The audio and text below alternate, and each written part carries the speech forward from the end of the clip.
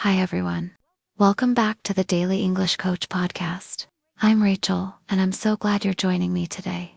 In this episode, we're going to explore something very close to the hearts of many young people around the world: mental health. Specifically, we'll focus on Gen Z, the generation born roughly between the mid-1990s and early 20s. A recent survey by Verywell Mind found that 63% of Gen Z report less than good mental health.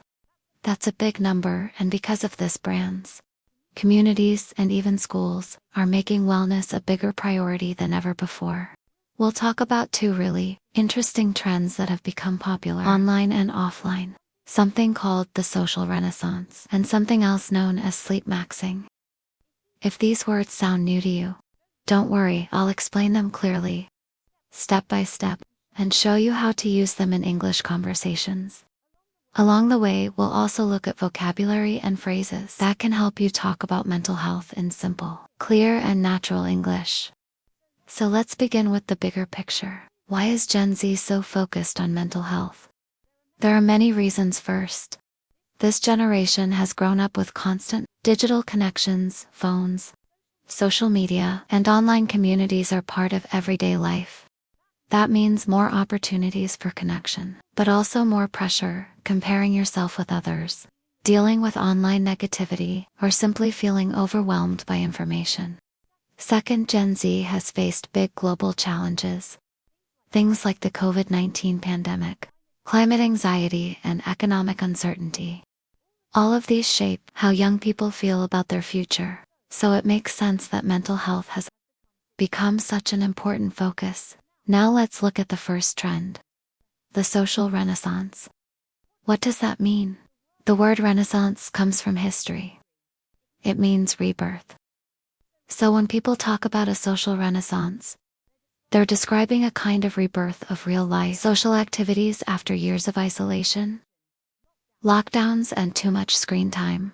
Many Gen Z young adults are realizing that face-to-face connection feels good and is essential for wellness. Instead of spending all their time online, they are going out to events, joining clubs, or even just meeting friends for coffee more often. This trend highlights the importance of human connection. In English, you can describe this by saying things like, "I'm trying to spend less time scrolling and more time with real friends." Or, after the pandemic, "I feel like I need a social renaissance in my life." These phrases are both casual and natural, and they can be used in real conversations with friends or colleagues. Now let's move to the second trend. Sleepmaxxing. This word is interesting because it combines sleep with the slang maxing.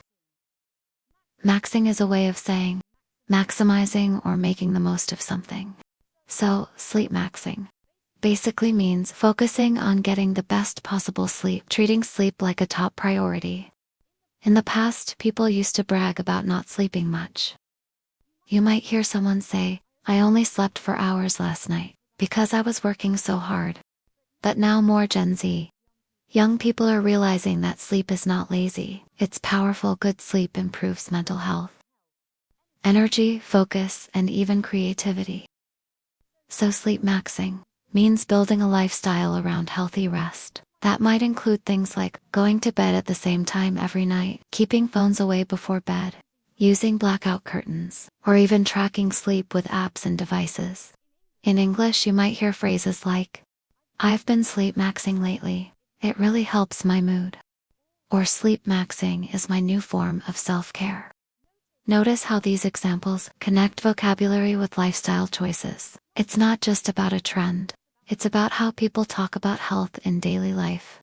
Now let's connect these trends back to the workplace and education. Employers today are paying more attention to employee wellness. Some companies even encourage breaks, social events, or flexible schedules because they know mental health is linked to productivity. Schools and universities also offer more mental health resources, counseling, and awareness campaigns. In this context, knowing how to talk about wellness in English is very useful. For example, if you're in a job interview and someone asks about your work style, you could say, "I believe balance is important. I try to manage my time so I can stay productive, but also protect my mental health." This answer is professional and shows awareness. Or in a conversation with a friend, you could say, I'm focusing on my wellness this month by trying out a social renaissance. I'm spending more time offline. These kinds of sentences are simple, clear, and show that you understand modern lifestyle. Vocabulary.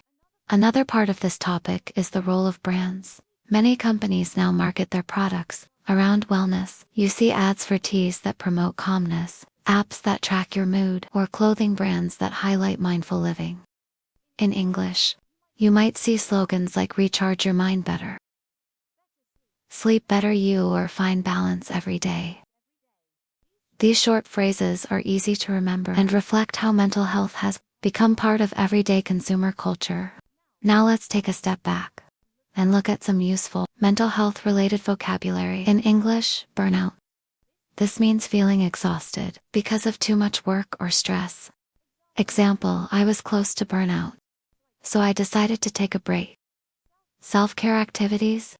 You do too, look after your mental and physical health. Example, reading a book before bed is part of my self-care routine.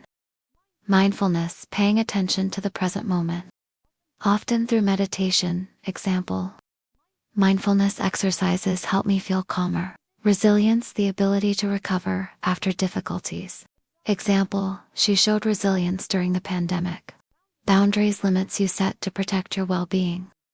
Example, I set boundaries with social media to reduce stress. These words are extremely common in English conversations about health, and they're useful if you want to connect with people on these topics. Now I want to share some reflection on why this matters. Gen Z is not just inventing trendy words, they're shaping the way the whole world thinks about wellness. By creating expressions like social renaissance and sleepmaxxing, they make it easier to share ideas about balance and well-being in everyday language. And when a new generation changes the vocabulary, the culture follows. So if you're learning English, practicing this vocabulary is more than just learning words. It's learning how to join conversations that are happening right now in 2025 about real issues that affect millions of people. Let's also think about what you can do. Maybe ask yourself, am I spending too much time online? Could I use a little social renaissance in my own life? Am I getting enough rest, or should I start sleepmaxxing? By asking these questions, you connect the vocabulary with your own habits, and that makes learning more powerful. Now, let's summarize the key points. Gen Z faces unique mental health challenges, with surveys showing high stress levels. In response, wellness has become a top priority. Two key trends are the social renaissance, spending more time connecting offline, and sleepmaxxing, prioritizing healthy rest as a form of self-care. Along with these trends, we also explored essential English vocabulary for talking about mental health, such as burnout, self-care, mindfulness, resilience, and boundaries. These words and phrases are not only useful for English learners, they're also part of the cultural conversation happening right now. So my encouragement to you is this. Practice using this vocabulary. Try to say sentences out loud, like I'm focusing on sleepmaxxing this week, or I need a social renaissance. Even if it feels new, it will help you sound more natural and connected to real English. Thank you so much for listening today. I hope this episode not only gave you English tools, but also inspired you to think about your own wellness. I'm Rachel, and this was the Daily English Coach Podcast. Take care of yourself, and I'll see you in the next episode. If you enjoyed this podcast, don't forget to like, share, and subscribe. Your support helps us create more content for you. See you in the next episode.